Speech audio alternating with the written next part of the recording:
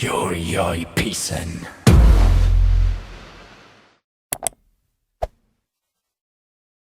Raksa Art Production.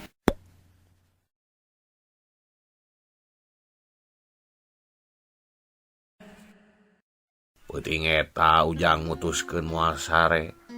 Manehna kudu ngajaga ninina, tatangga geus baralik, tinggal Ujang jeung Wandang anu geus leuleus sare gigireun dipan.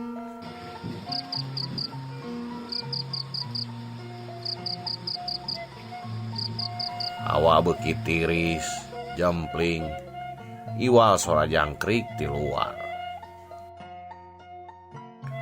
Ujang nyieun kopi hideung pait, diuk dina kursi kai bari neuteup ninina anu sare-sare hayam. Hawa di imah beuki berat, hawa anu matak nyieun bulu punduk reureundeuh.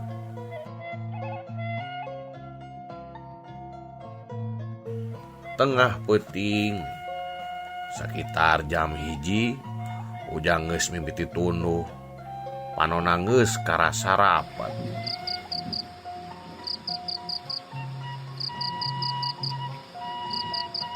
Gurubuk korontang prang. Ujang langsung luncat, sora ti dapur, sora barang-barang beunang ngabalangkeun. Sora panci, katel, piring siga anu ngahaja diawurkeun ka palupuh. Wandang langsung hudang salangap. Aya naon, Jang? Duh kawa, suara ti dapur. Ulah udang wa, cicing di dieu, bisi aya maling. Ceuk Ujang, nyoba ngawani-wani maneh, jantungna ratu. Ujang lempang laun ke arah dapur. Poek ngan aya cahaya bulan saeutik anu asup tina sela-sela bilik. Manehna ngarampas saklar lampu. Lampu bohlam 5 watt hurung remeng-remeng. Dapur kosong taya sasaha, tapi dihanap panci-panci, katel hideung, siwur, piring seng kabeh patulayah. Persis siga anu tadi kadenge siga aya anu ngamuk, ngabalang-balangkeun sagala rupa. Padahal tadi basa Ujang nyieun kopi kabeh masih keneh ngagantung rapih dina tempatna. Mustahil ketebak angin, pikir Ujang. Imahna panggung tapi eueuh jandela anu muka di dapur. Getih Ujang mimiti tiis. Pikiranna geus teu bisa narima ieu, manehna mundur lalaunan. Basa Ujang rek balik deui ka tengah imah. Ini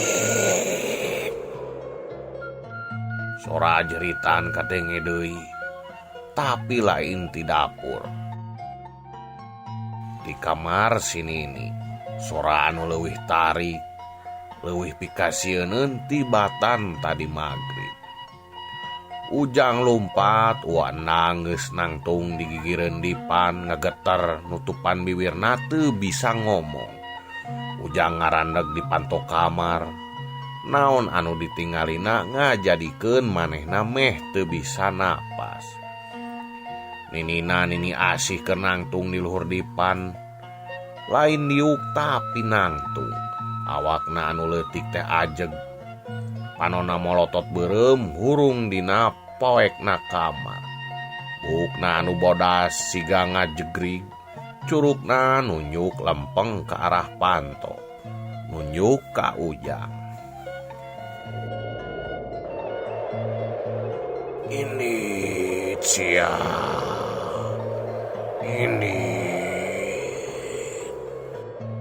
Ini asing ngagorowok sorana robah total. Sora lalaki anu berat, parao jeung pinuh ku amarah.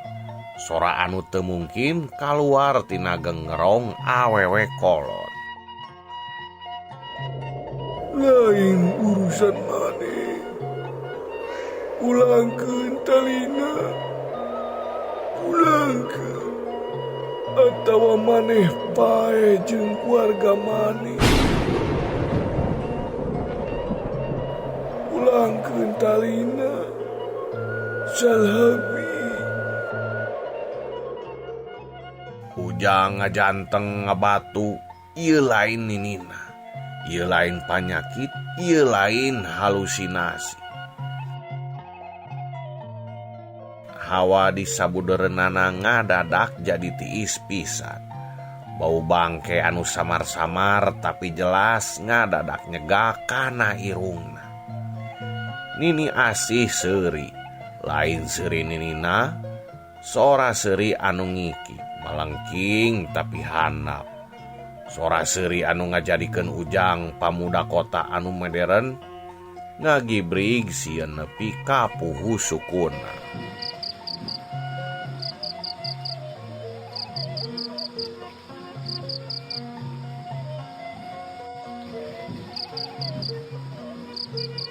Subuhna Ujang teu sare pisan, manehna diuk di juru rohangan tengah. Ade dempes bari neuteup ka ninina anu geus balik ngagoler deui. Nini asih balik ngacapruk laun. Anyas, talina, ulangkeun. Tapi kejadian tadi peuting geus ngarobah sagalana pikeun Ujang. Logika geus runtuh, manehna geus ningali ku panon sorangan ninina lain gering biasa, ninina kasurupan atawa aya anu ngawasa awakna. Wandang sanggeus kapiuhan sakedeung alatan reuas, ayeuna ngan bisa ceurik bari ngajikir di juru. Manehna geus teu wani deui ngadeuketan dipan.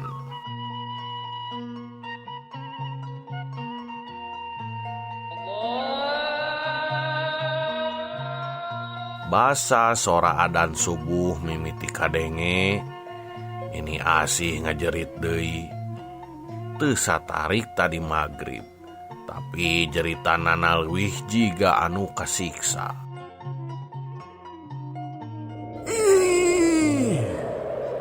Anas, rengkeun.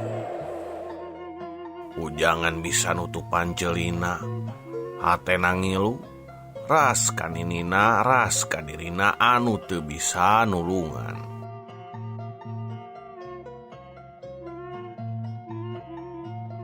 Isukna panon poe asa hoream nembongan. Ujang kaluar heula ka teras. Ngaheotkeun haseup rokok ka hijina poe eta. Pikiranna rungsing. Manehna kudu ngalakukeun hiji hal tapi naon. Nah manehna kudu percaya kana omongan ninina tadi peuting. Ulangkeun talina salapi. Ngaran eta salhapi, saha salhapi, naha nyebut-nyebut tali.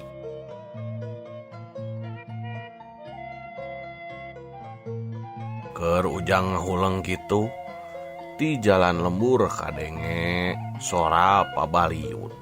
Lain sora ibu-ibu rek ka pasar, ieu mah sora lalaki siga anu keur geger.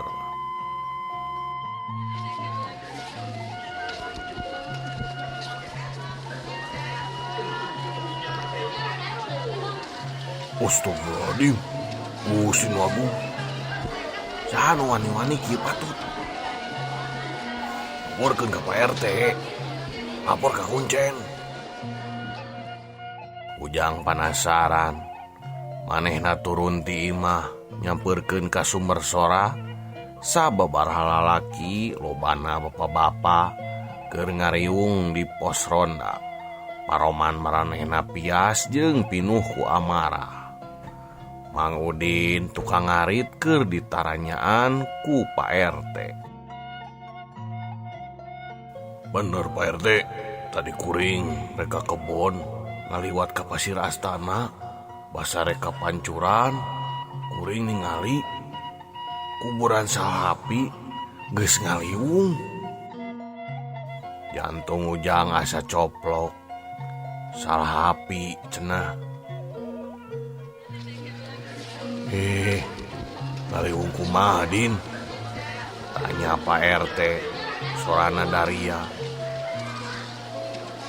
Dibongkar Pak, acak-acakan. Tadeuna diawur-awur. Malah kuring ningali sesapoena paburantak. Tembal Mang Udin, sorana ngageter. Sararea istighfar. Kuburan dibongkar, lain hal anu lumrah di lembur pasir huni. Ieu teh aib jeung pikasieun.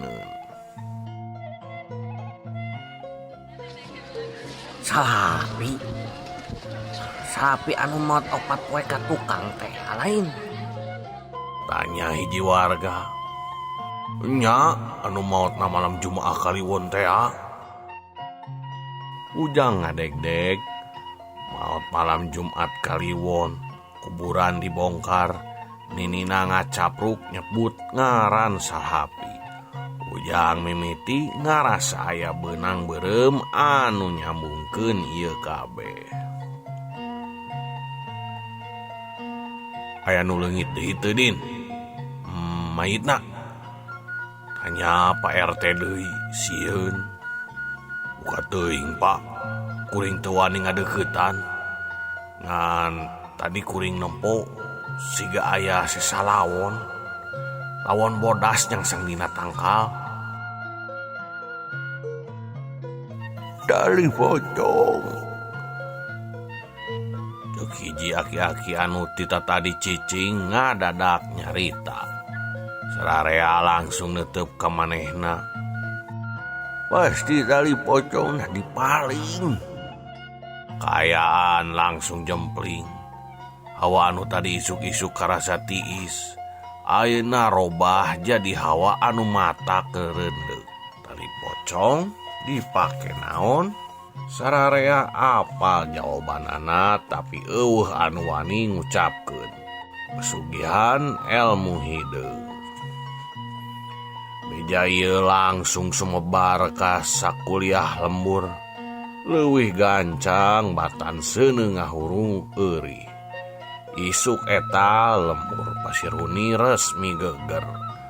Jeung meja ieu langsung nyambung kana kaayaan Nini Asi. Tatangga mimiti ngaromongkeun.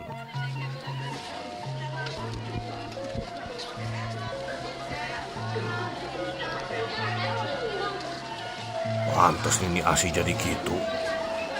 Nya, cenah imana deket ka jalan ka pasir astana.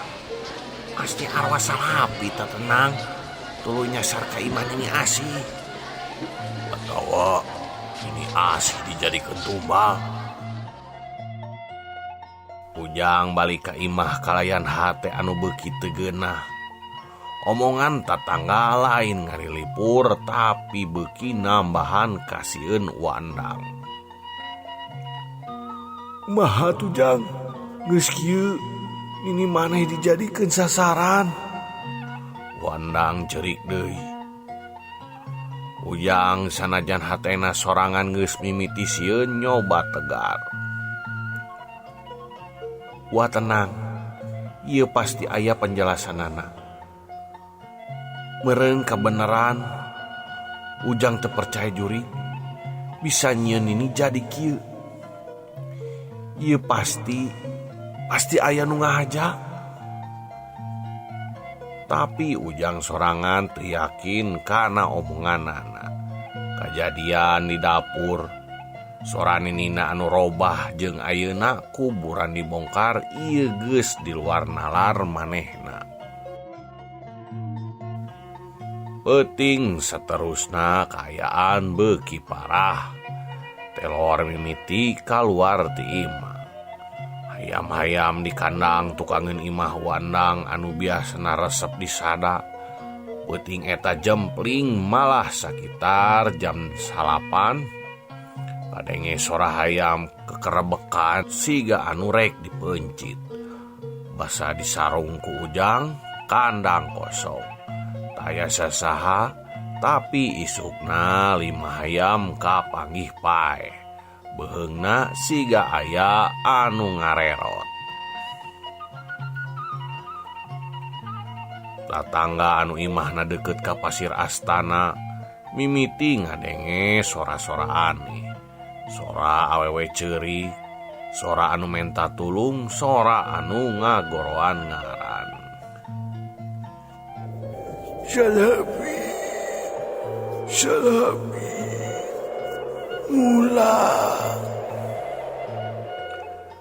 Aya anu ningali kalangkang bodas, luncat-luncatan di antara tangkal awi di sisi lembur. Ieu lain pocong biasa anu cicing, ieu pocong anu ambek. Ujang sorangan anu keur maksakeun peureum di rohangan tengah ngarasa aya nu aneh. Hawa beuki tiis, manehna ngadadak hayang kacai. WC di imah Nini Asih aya di luar, di tukang deket ka kebon. Zaman ayeuna Ujang sok ngarumas ku kaayaan eta. Tapi ayeuna lain ngan ngarumas manehna ge sieun. Tapi geus teu katahan, dibarengan ku senter leutik tina HP-na, Ujang maksakeun turun ti imah panggung. Hawa peuting anu tiis karasa nyelecep. Sora jangkrik kadenge leuwih tarik ti biasana. Manehna leumpang ngaliwatan handapeun tangkal nangka, tempat manehna markir motorna. Poek ngan ukur cahaya senter HP-na anu nyangan jalan satapak.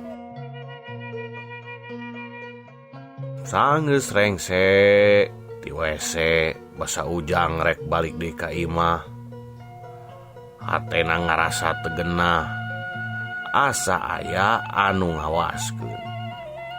Ulu punukna radak rerendeuk, HP dina leungeunna ngageter, lain kusabab aya telepon, tapi kusabab leungeun Ujang ngageter. Manehna ngarandeg,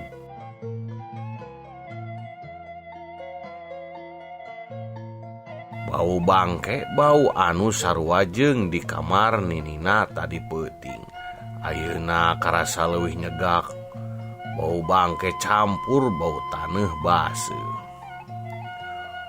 Ujang maksakeun nyorotkeun senter HP-na ka sabudeureunana.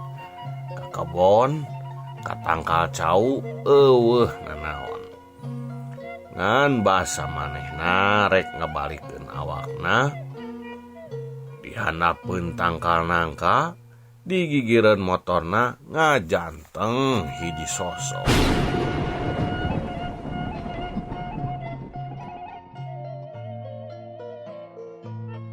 Bodas dibungkus ku lawon boy anu geus kuleuheuh pinuh ku bercak taneuh beureum. Luhurna beungketanana geus leupas saeutik, nembongkeun buuk anu gimal ku taneuh. Leumpangna kaku ngajanteng. Panonna bolong hideung kosong tapi netep lempeng ka Ujang. Ujang teu bisa napas. Awakna ngabatu sieun reuas teu percaya campur aduk.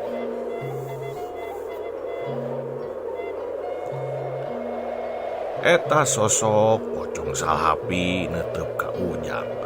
Wirna anu geus hideung katingali gerak-gerak saeutik siga anu rek nyarita.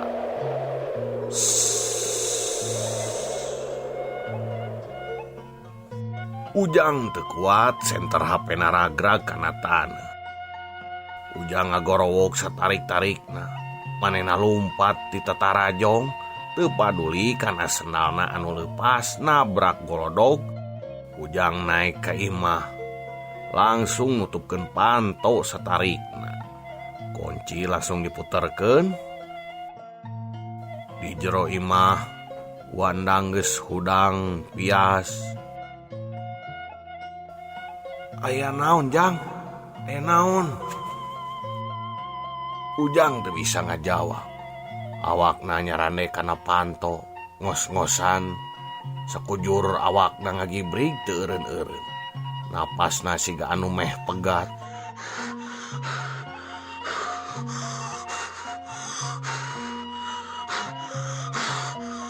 Logikana kabeh runtuh peuting eta.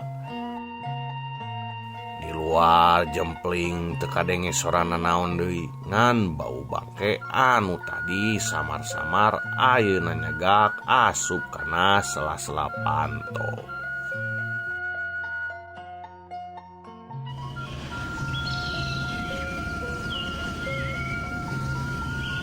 Isukna Ujang hudang kalayan kaayaan anu pikarunya. Panona beureum alatan teu sare 2 peuting. Awakna ngageter keneh sesareuas tadi peuting. Unggal aya sora panto ngarecet atawa angin niup kana bilik, manehna langsung luncat. Kejadian dihanapeun tangkal nangka geus napel pageuh dina ingetanana moal bisa leungit. Manehna geus teu nganggap ieu panyakit. Manehna ayeuna percaya. Jeung kusabab percaya, manehna beuki sieun. Nini Asih sanggeus subuh tadi ngajerit deui nahan panas. Ayeuna balik ngagoler, tapi kaayaanana beuki parah. Awakna beuki begang, sanajan karasa panas keneh kulitna jadi semu kone. Siga anu geus taya getih, bibirna garing angger ngacapruk tapi beuki laun. Siga anu geus beak tanaga.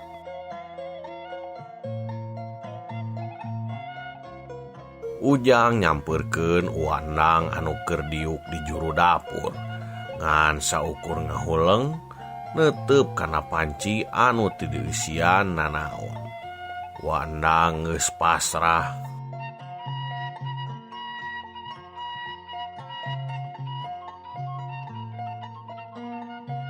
Wah, ceuk Ujang sorana serap. Urang kudu kumaha? Kaayaan si Nini beuki parah. Dicicingkeun kieu, Nini bisa teu salamet. Wandang netep Ujang. Cipanona geus garing tapi panona pinuh ku kanyeri. Wah kudu kumaha Jang? Dokter geus teu sanggup. Dukun anu biasa ngubaran budak panas geus dipanggil tadi peuting ku tatangga. Manehna ge nyerah. Cenah, ieu mah eusina badag teuing, lain tandingeun manehna. Ujang ngarampa buukna jiga nu frustasi. Pasti aya carana wa, pasti aya anu bisa ngajelaskeun ieu kabeh. Wanda ngahulang sakedapan. Manehna siga anu keur mikir nimbang-nimbang. Aya hiji deui jalma Jang, hiji-hijina. Ceuk Wandang naun. Saha? Ujang bakal neang. Abah Karta. Ujang ngarenyag. Abah Karta teh kuncen pasir astana, jalma anu keluarga lembur pasir huni dianggap kokolot. Ujang apal ka manehna ti leuleutik. Lalaki kolot anu jarang ngomong tapi matak segan. Imahna atawa leuwih pantes disebut saung. Aya di tungtung lemur deket ka sisi leuweung teu jauh ti jalan ka pasir astana. Pikeun Ujang anu didikan kota datang ka kuncen pikeun menta tulung teh sarua jeung ngaku eleh ku logika. Sarua jeung datang ka dukun. Abah Kartanya. Ujang ragu-ragu.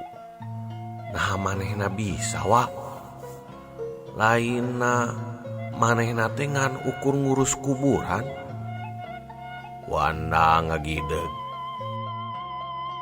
Manehna lain ngan saukur kuncen jang. Manehna teh pakuna lembur pasir huni. Manehna apal kana hal anu teu katingali ku urang. Karuhun manehna anu ngabuka lembur ieu. Lamun aya kajadian aneh di lembur, biasana Pak RT ge sok minta pandangan ka manehna. Ujang teu boga pilihan, ningali ninina anu beuki ngalea, ningali uwana anu geus pasrah, jeung inget kana sosok bodas di hanapeun tangkal nangka. Manehna kudu miceun jauh-jauh gengsi budak kotana.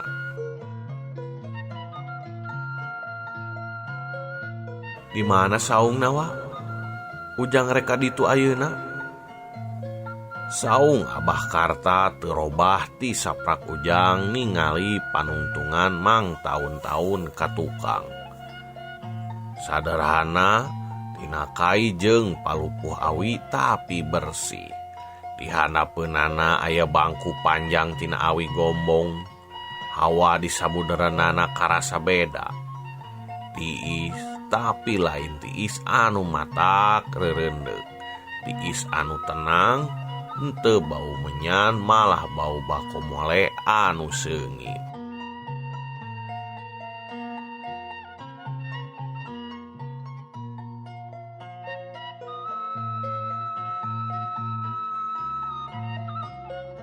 Basa Ujang nepi, Abah Karta geus diuk didinya di bangku panjang. Siga anu geus apaleun bakal aya semah. Keur ngalinting bako, awakna begang tapi tegep, buukna geus bodas kabeh diiket ku lawon hideung, kumisna kandel geus bodas. Geus lila teu ka dieu Jang Ujang. Cek Abah Karta, sorana halimpu teu matak sieun. Manehna teu neuteup ka Ujang tapi angger fokus ngalinting. Ujang ngarasa era. Muhun bah, punten ngaganggu. Ujang peryogi pitulung.